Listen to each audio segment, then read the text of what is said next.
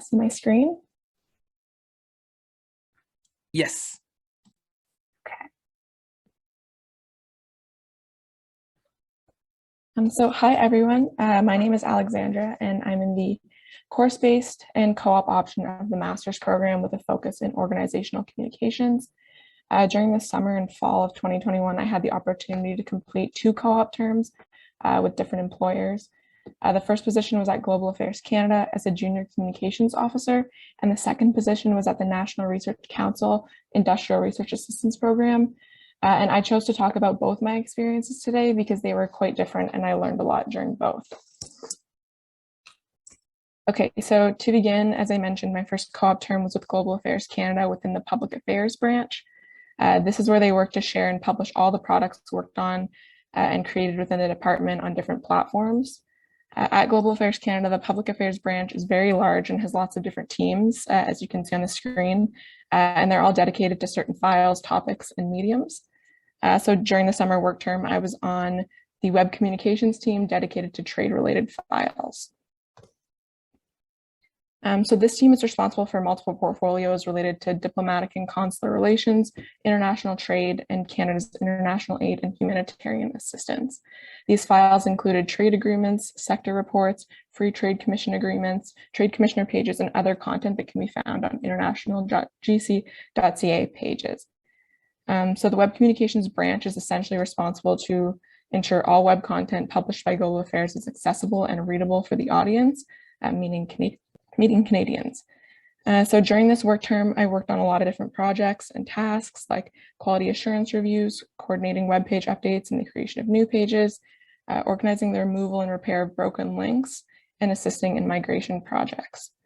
I'll talk a little bit more about the coordinating web page updates and publishing in a moment, but essentially a quality assurance review is the process of checking the web page for errors or broken links and ensuring that the corresponding guidelines were properly applied during the coding process. So for the migration of projects, these are pretty much a large-scale publishing coordination project where old pages that had become outdated were being moved to a modern web template and the content was being updated. And another task I was assigned during this work term was the identification and coordination of fixing broken links found on international.gc.ca and Trade Commissioner web pages. So often when pages are updated, migrated or removed, they can be linked to from other pages. So when the pages are moved, the existing hyperlink for that page that is found on another page can cause a broken link that will no longer direct the reader to the proper platform. So this is the table of contents for the Canada.ca content style guide, just to show all of the areas that it covers. This was one of, if not the main focus of the majority of my work. It was important to apply the formatting set out by the Canada.ca style guide to all web products, as this is just one of the documents that regulate government web products to make sure that the content is accessible for all Canadians. It outlines the necessary structure of content, and the correct formatting for headers, lists, tables, and other potential components of a web product. The formatting aspect of this guide is essential for ensuring that content is accessible and standardized and can be accessed by those using accessibility software or devices to access the content. Also, this guide highlights the importance of writing content using plain language that ensures Canadians of all literary levels can understand the content they're seeking on the web. So a lot of these reports and documents could be really jargon heavy, but in this specific case, many of the people who were reading these reports were also subject matter experts. So we did our best to use plain language and suggest different wording to clients when it was applicable. The review process includes ensuring headers are in sentence case, links are presented through hyperlink format, lists are displayed correctly, and plain language is used. Due to accessibility laws regarding the web publication process for Government of Canada, there are strict templates and limitations on what can be published to a web page, and many are outlined in this style guide. Web pages published by the Government of Canada must be accessible for all readers. This includes, but is not limited to, individuals who are deaf or hard of hearing, visually impaired, or use mobility devices.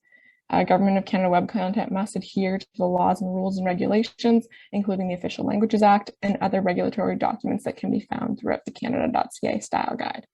Another helpful resource outlining the best practices for web accessibility is the Web Content Accessibility Guidelines 2.1. So here are a few examples of some of the more common issues and the fixes related to the review process and the publishing process. So the first is headers. They have to be in sentence case, meaning all the letters other than the first letter of the first word should be lowercase. There are some exceptions, but the Canada.ca style guide outlines those. For bulleted lists, the first letter must also be lowercase, and if possible, only include a maximum of 7 items, so as not to be too long. And rather than using full links within texts, links must be hyperlinked. Images, figures, and graphs must include alternative text for those using screen readers or other accessibility technology. The examples on this slide are from the State of Trade 2021 report that was published in June, and this was something I spent a lot of time working on. I won't go through all the different requirements for web pages because there's a lot of them, but these are just a few of the most common ones I encountered during this term. To touch quickly on the publishing process at a very high level, subject matter experts like economists, for example, who are the clients, draft their reports and materials. From there, they reach out to their contact at the web communications team, depending on their sector, to determine timelines, address their needs, and such. So as communications officers, our job is to be the liaison between the clients or subject matter experts and the publishing team, and that's those who do the actual coding of the web pages. Because of the guidelines and regulations surrounding web publishing content, there are often edits to their content, and that's where the quality assurance reviews come into play. The communications officers are the experts in the web publishing process and provide advice and guidance to clients prior to publishing to optimize their web content. Okay, so moving forward, during the fall of 2021, I completed my second co-op work term at the National Research Council of Canada Industrial Research Assistance Program within the Office of the Vice President. The NRC is dedicated to partnering with firms in Canadian industries to increase research and development opportunities to bring innovation from the lab to marketplace. It's the primary national agency dedicated to the advancement of science and technology research and development in Canada. The NRC is led by President Ian Stewart and 12 vice presidents and directors who oversee the 10 divisions that make up the organization. I worked within the Industrial Research Assistance Program led by IRAP Vice President David Lisk, and IRAP is also divided into 8 regions. So as you can see on the screen, and I worked in the Office of the Vice President. My role was to assist in all the aspects of planning and preparation for the IRAP 75th anniversary celebrations, which are going to be ongoing throughout 2022. This included internal and external communication pieces and tailoring activities to a virtual setting while trying to ensure engagement from IRAP employees across the country. The NRC's Industrial Research Assistance Program, or IRAP, works to help Canadian small and medium-sized enterprises grow their business, take ideas to market, and support their innovative ideas. They are the leading innovation assistance program in the country and provide funding, student hiring programs, and advisory services to further science and technology research and development in Canada. During the 2020-2021 fiscal year, NRC IRAP provided services and assistance to over 9,300 firms. Each region has a team of industrial technology advisors who work with individual firms to provide those services. So on January 18th, 2022, NRC IRAP celebrated its 75th anniversary with the virtual launch event, which will continue to be celebrated throughout the entire year with internal staff engagement activities and social media messages externally. And as I said, during my work term, I was part of the IRAP VPO and on the team dedicated to planning and organizing the 75th anniversary and all the components that go along with preparing a celebration of this magnitude. So my tasks included creating and drafting internal communication pieces, working on ministerial and presidential packages, organizing the details for a national launch event, and supporting the overall needs of the planning process. I want to talk a little bit about the things I've learned through this experience as a whole. And while my tasks were different and the work wasn't in exactly the same area, there are still some shared learned experiences between the two. So to begin, at Global Affairs, a challenge I encountered during this work term was the learning curve associated with the publishing process and the guidelines and laws surrounding the content. The web publishing process was an area of the field that I had never encountered in an academic setting, and this work term allowed me to develop a new skill set and learn about the process. I learned about the requirements of federal government web communications and publishing and gained an understanding of the importance and necessity of the work done by those who work in web communications to deliver accessible content. And then something that became evident to me over the course of 2 very different co-op work terms is that challenges are inevitable, especially when beginning any new experience, but it's that challenge that allows you to grow and change and learn. So during my second work term, I encountered a few challenges that helped me expand my skill set and gain new experiences. The 2 toughest challenges I faced this work term were joining an ongoing project towards the tail end, very close to the launch date, and my lack of practical experience in the field of internal communications. Joining the anniversary celebration in September of 2021 with a launch date of January 2022 was challenging because the group had been working on all the components for many months and were very familiar with the vision. This became an opportunity for me to practice a skill often discussed in academic settings and actively write with messaging and themes created by someone else. Before starting this term, I had very little practical experience in internal communication practices, and this was the biggest part of my role. I was tasked with creating internal communication plans and internal engagement opportunities. I had some knowledge from an academic setting relating to internal communication best practices from research colleagues that I had done for a project during the winter of 2021 semester about the impact of the COVID-19 pandemic on internal communication practices. This research provided me with a good baseline understanding of internal communication in a virtual setting, but I was lacking the practical experience in applying the knowledge that I had gained through research and reading. To continue to expand my toolkit, I asked a lot of questions, and for constructive feedback, I scheduled meetings with supervisors and learned through trial and error. So as I've said, I believe that participating in a co-op program is a great privilege as a student who is unsure about my next steps after I graduate this semester. And from both these co-op experiences, I learned about various government work processes, gained several new skills, and experienced new areas of the field to help me focus my future career search.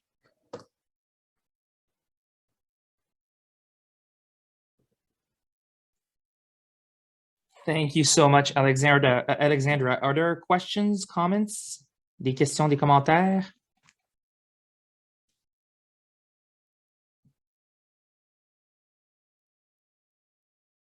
Any comments?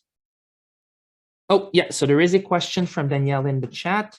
For any of the 3 presenters so far, what do you think the future of internal communication practitioners looks like in the future of the workplace? So hybrid, remote.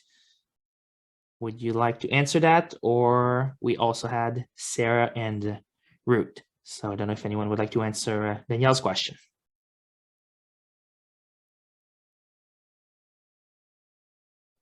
I can touch really quickly. Yeah, go ahead. From what I've learned, I think that the practice of internal communications has become more important and more visible through the pandemic. So I think as we continue to adapt to new workplaces, it will continue to be of high importance. Thank you. Other questions? Maybe I have a kind of a comment, and I think it ties in with Danielle's question. We've had a few presenters so far. I think Sarah as well mentioned it, who worked on accessibility projects, and I think that's quite interesting. And it's something that I've noticed within the co-op program as well. Several students last year also worked on accessibility projects. I think there is this reckoning, especially with COVID, that government institutions need to make sure that they are accessible online, and not just the government, companies as well. We like to think of the internet as this very accessible platform, but based on the source you use and your definition, anywhere between 10 and 20% of the population lives with some form of a handicap. So making sure that content is accessible appears to be, at least based on what we hear from co-op students, a priority in several departments. So thank you for your presentation. Next, we have Nosheen.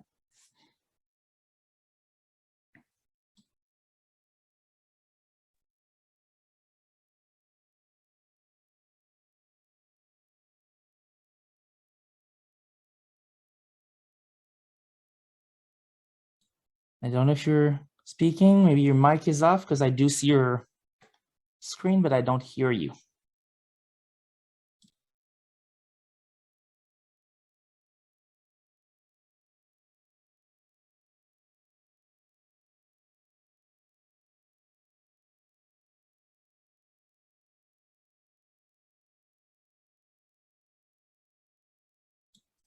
Am I the only one who can't hear you? You can't hear Nosheen?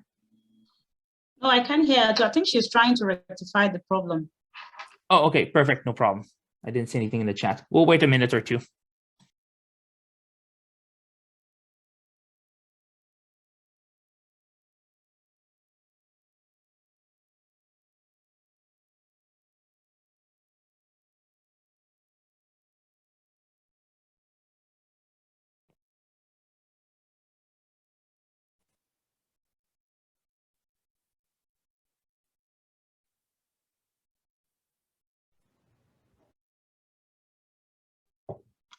Hi there, can you hear me now? Sorry about that. Yes, we can, no worries.